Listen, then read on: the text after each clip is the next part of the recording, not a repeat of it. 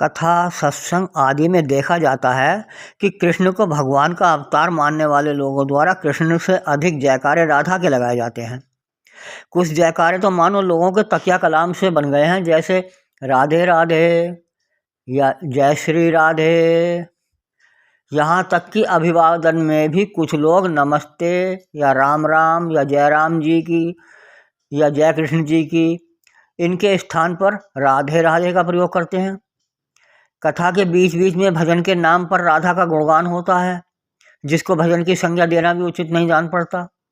जैसे राधा की लाल चुनरिया श्याम को भागई रे, या मेरी बरसाने वारी राधा प्यारी प्यारी प्यारी।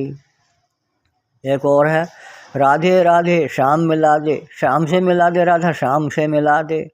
तो इस तरह के कृष्ण चरित्र में राधा को कृष्ण की पत्नी स्वीकार नहीं किया गया है।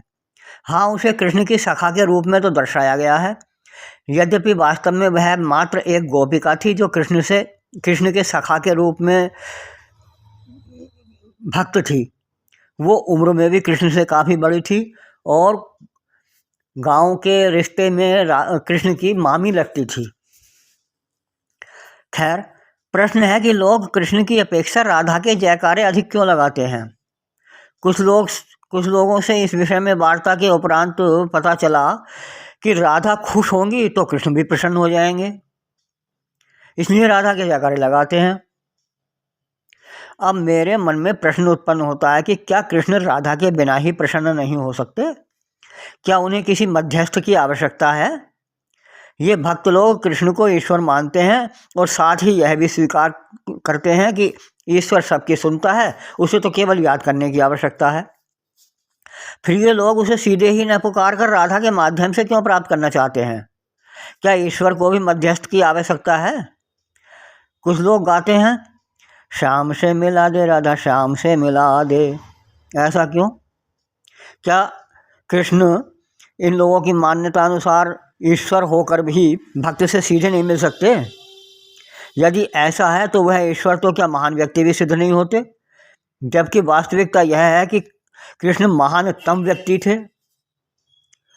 इन कथित भक्तों से पूछता हूँ कि क्या आजकल के नेताओं की तरह कृष्ण भी एक समय में केवल एक ही व्यक्ति से मिल सकते हैं, अथवा उन्हें मिलने से पहले राधा द्वारा जांच करानी होती है कि कहीं मिलने वाला व्यक्ति आतंकी ना हो?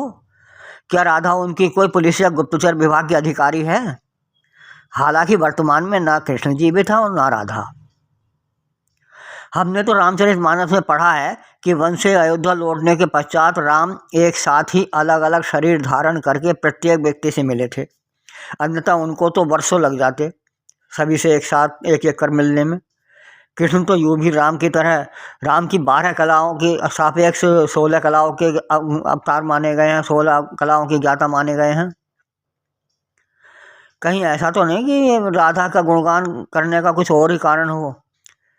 क्या ये कि आज के ये अधिकतर स्वयंभू भक्त इतने पाप कर्म किए होते हैं कि वे सीधे सीधे कृष्ण के सामने जाते हुए डरते हों?